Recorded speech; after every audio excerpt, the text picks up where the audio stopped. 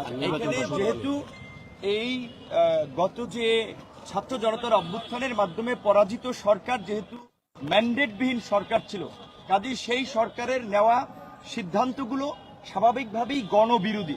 আমরা 15ই আগস্ট শোক দিবস সহ বিভিন্ন গুরুত্বপূর্ণ সিদ্ধান্ত যে সরকার নিয়েছে সেগুলো রিভিউ করতে বলেছি এবং আমরা সহ এখন পর্যন্ত যতগুলো রাজনৈতিক দল আজকের এই সভায় অংশ নিয়েছে, প্রধান উপদেষ্টা এবং অন্যান্য উপদেষ্টাদের সাথে তারা পরিষ্কারভাবেই বলেছে 15ই আগস্ট, এই আগস্ট হচ্ছে জাতীয় বিপ্লবের মাস। আমরা আগস্ট বিপ্লব হিসেবে এই মাসকে উদযাপন করতে চাই।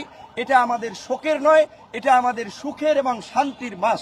কাজেই এই 15ই আগস্টকে কেন্দ্র করে যে জাতীয় শোক দিবস, এই স্বৈরাচারী ফ্যাসিস্ট সরকারের যে নেওয়া সিদ্ধান্ত সেটা বাতিল করা এবং ওই দিন সরকারি যে ছুটি ছিল সেটাও বাতিল করে স্বাভাবিক কার্যক্রম চালু করা এবং আওয়ামী ফ্যাসিস্ট শক্তি 15ই আগস্ট থেকে 21শে আগস্টের মধ্যে ঢাকায় যে তাণ্ডব চালানোর একটা মহা পরিকল্পনা নিয়েছে, সেই পরিকল্পনায় সরকার যেমন আইন শৃঙ্খলা বাহিনীকে দিয়ে তারা মোকাবেলা করবে, একই সাথে আমরা এই আন্দোলনকারী ছাত্র জনতা নাগরিকদেরকে নিয়ে 2-1 দিনের মধ্যেই জনতার মঞ্চ গঠন করে এই গণহত্যায় জড়িত ঘাতক হাসিনার বিচারের দাবি এবং হাসিনা ও তার দোসরদের বিচারের দাবিতে ঢাকা সহ সারা দেশের রাজপথে আমরা অবস্থান নেব। পাশাপাশি আজকে আমরা 14টি বিষয় আমরা প্রস্তাবনা দিয়েছি।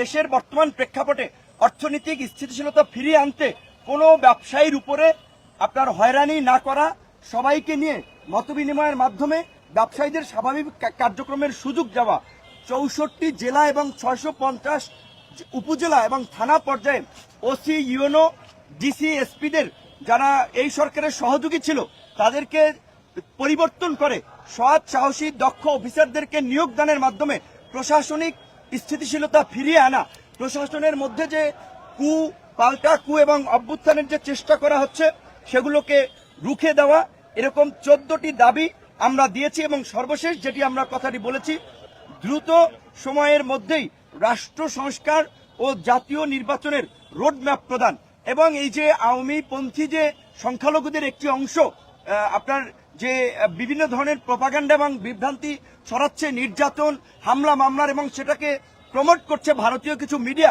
এই বিষয়ে আমরা সরকারকে জানিয়েছি এবং আমরা অনুরোধ করেছি সংখ্যালঘুদের এই হামলা মামলার বিষয়ে তদন্ত করার জন্য একজন সংখ্যালঘু বিচারপতি কিংবা বিশেষ ব্যক্তির নেতৃত্বে একটি তদন্ত কমিটি করে এই ঘটনার বিষয়ে আপনার ব্যবস্থা নেওয়ার এবং উপদেষ্টাদেরকেও আমরা সংখ্যালঘুদের সাথে মত বিনিময় করার আহ্বান জানিয়েছি। কারণ বিপ্লব উত্তর বাংলাদেশে কেউ অনিরাপদ নয়, সকলে নিরাপদ এবং সকলকে নিয়েই আমরা আগামীর বাংলাদেশ গড়ে তুলব এবং সেই বাংলাদেশ মানবিক সমৃদ্ধ বাংলাদেশ গঠন করার জন্য উপদেষ্টাদের যেই সময় প্রয়োজন, যেই সহযোগিতা প্রয়োজন তার সবটুকুই সব রাজনৈতিক দল করবে, সেই কমিটমেন্ট উপদেষ্টাদেরকে তারা করেছে।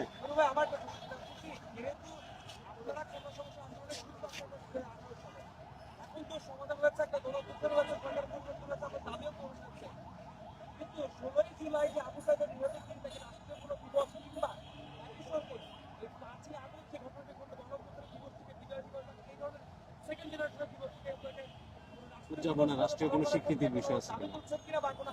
হ্যাঁ, আমরা অলরেডি বলেছি যে আগস্ট মাসকে অক্টোবর বিপ্লবের মতো আগস্ট বিপ্লব হিসেবে জাতীয় পর্যায়ের স্বীকৃতি দিয়ে এটা পালন করার এবং আপনারা জানেন যে এই মুহূর্তে এই সরকারের জন্য চ্যালেঞ্জ হচ্ছে আইন শৃঙ্খলা পরিস্থিতি স্বাভাবিক রাখা এবং জনজীবন তথা বাংলাদেশের পরিবেশকে শান্ত রাখা। যেহেতু এই যে পরাজিত ফ্যাসিস্ট শক্তি, দানবীয় শক্তি নানানভাবে দেশকে অস্থিতিশীল করার পায়তারা করছে, মরণ কামড় দেওয়ার চেষ্টা করছে, সেই সরকার এবং এই অভ্যুত্থানকারী ছাত্র জনতাকে সেটা রুখে দেওয়ার মধ্য দিয়ে স্থিতিশীল অবস্থা বজায় রাখাই এই মুহূর্তে চ্যালেঞ্জ। কাজেই আমাদের অনেক ডিমান্ড আছে, অনেক কিছু বলার আছে।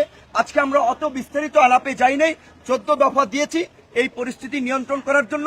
15ই আগস্ট নিয়ে যেহেতু আপনার 2-1 দিনের মধ্যেই দিবসটি আসছে, সে বিষয়ে সব রাজনৈতিক দল বলেছে, আমরা সেই বিষয়ে সিদ্ধান্ত দিয়েছি আবু সাইদ সহ নিহত সকলের পরিবারকে যথাযথ ক্ষতিপূরণ দেওয়া, দ্বিতীয় মুক্তিযুদ্ধের বীর শহীদদের সঠিক তথ্য এবং তালিকা করা, মুক্তিযুদ্ধের শহীদদের মতো যেন তাদের প্রতি অবিচার করা না হয়, ভুল তথ্য না থাকে, সেই বিষয়গুলো আমরা জানিয়েছি। উপদেষ্টারা কাজ করবে। এখন স্থিতিশীলতা, শান্তি ও স্থিতিশীলতা ফিরিয়ে আনা এবং ফ্যাসিস্ট আওয়ামী শক্তি যেন মাথা চাড়া দিয়ে উঠতে না পারে, পাড়া মহল্লায়, জেলা উপজেলায় সেই কাজটি করাই এখন ছাত্র জনতা নাগরিক সবার দায়িত্ব।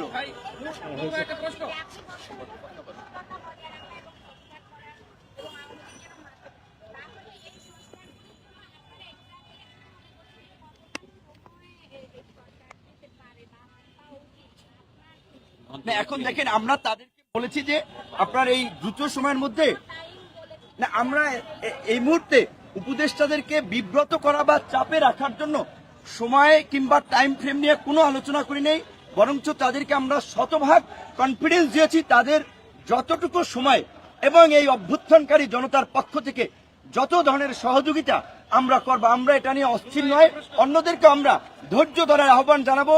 ডক্টর মোহাম্মদ ইউনূস ক্ষমতা লোভী না, তিনি ক্ষমতায় থাকবেন না। আপনার 111-ও তাকে দায়িত্ব নেওয়ার জন্য বলা হয়েছিল, তিনি নেন নাই। আজকে আমাদের অনুরোধে নিয়েছে, যেটা তিনি বলেছেন যে তোমাদের অনুরোধে, তোমাদের কারণেই আমি দায়িত্ব এসেছি। কাজে আমাদের তার প্রতি পূর্ণ আস্থা এবং বিশ্বাস আছে। নতুন যে বাংলাদেশ, সেটা গণতান্ত্রিক বাংলাদেশ হবে। গণতান্ত্রিক ব্যবস্থায় কোনো রাজনৈতিক দলকে বা কোনো মতবাদকে নিষিদ্ধ করা যায় না, আমার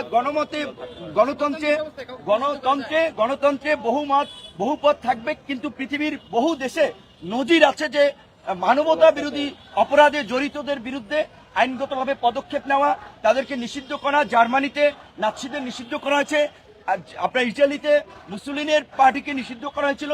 এবং আমরা বলেছি এই যে বিচার হবে, জাতিসংঘ আপনারা জানেন পূর্বেই একটা আন্তর্জাতিক তদন্ত করার আগ্রহ পোষণ করেছে।